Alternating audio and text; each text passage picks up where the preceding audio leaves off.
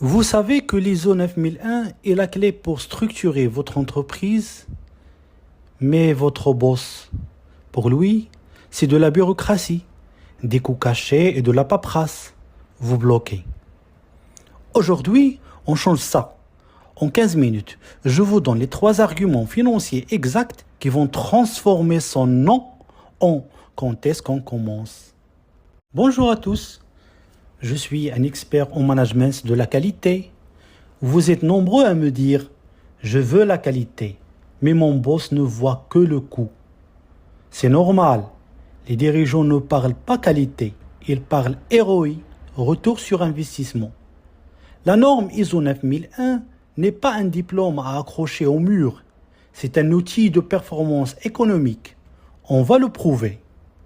Premier argument, et le plus puissant, l'ISO 9001 réduit les coûts de non-qualité. Faites le calcul avec lui. Combien coûtent les erreurs, les retouches, les revues de production et surtout les réclamations clients par an?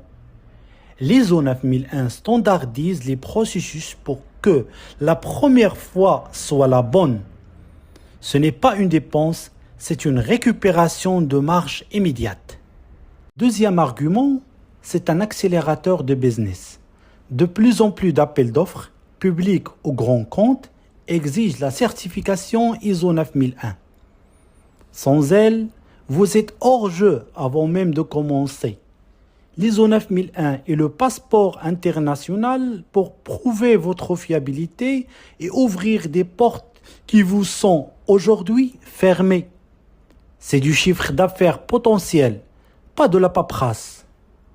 Dernier argument stratégique. L'ISO 9001 pérennise l'entreprise. Quand votre boss veut recruter ou passer la main, comment ça se passe?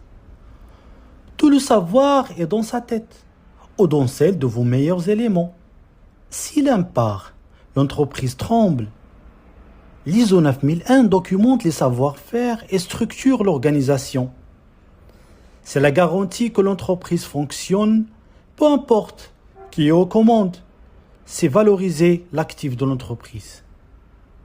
Voici votre plan d'attaque pour le meeting. 1. Préparez un chiffre simple. Vos coûts de non-qualité estimés sur un an. 2. Identifiez 2 gros clients que vous ne pouvez pas signer sans ISO. 3. Proposez une phrase de pré-diagnostic de 2 jours seulement pour évaluer l'écart. C'est un petit pas budgétaire, pas un saut dans le vide. Convaincre votre boss, c'est arrêter de parler technique et commencer à parler finance. Utilisez ces 3 leviers et le plan d'action. Si vous voulez le script de ce meeting en version PDF, le lien est dans la description.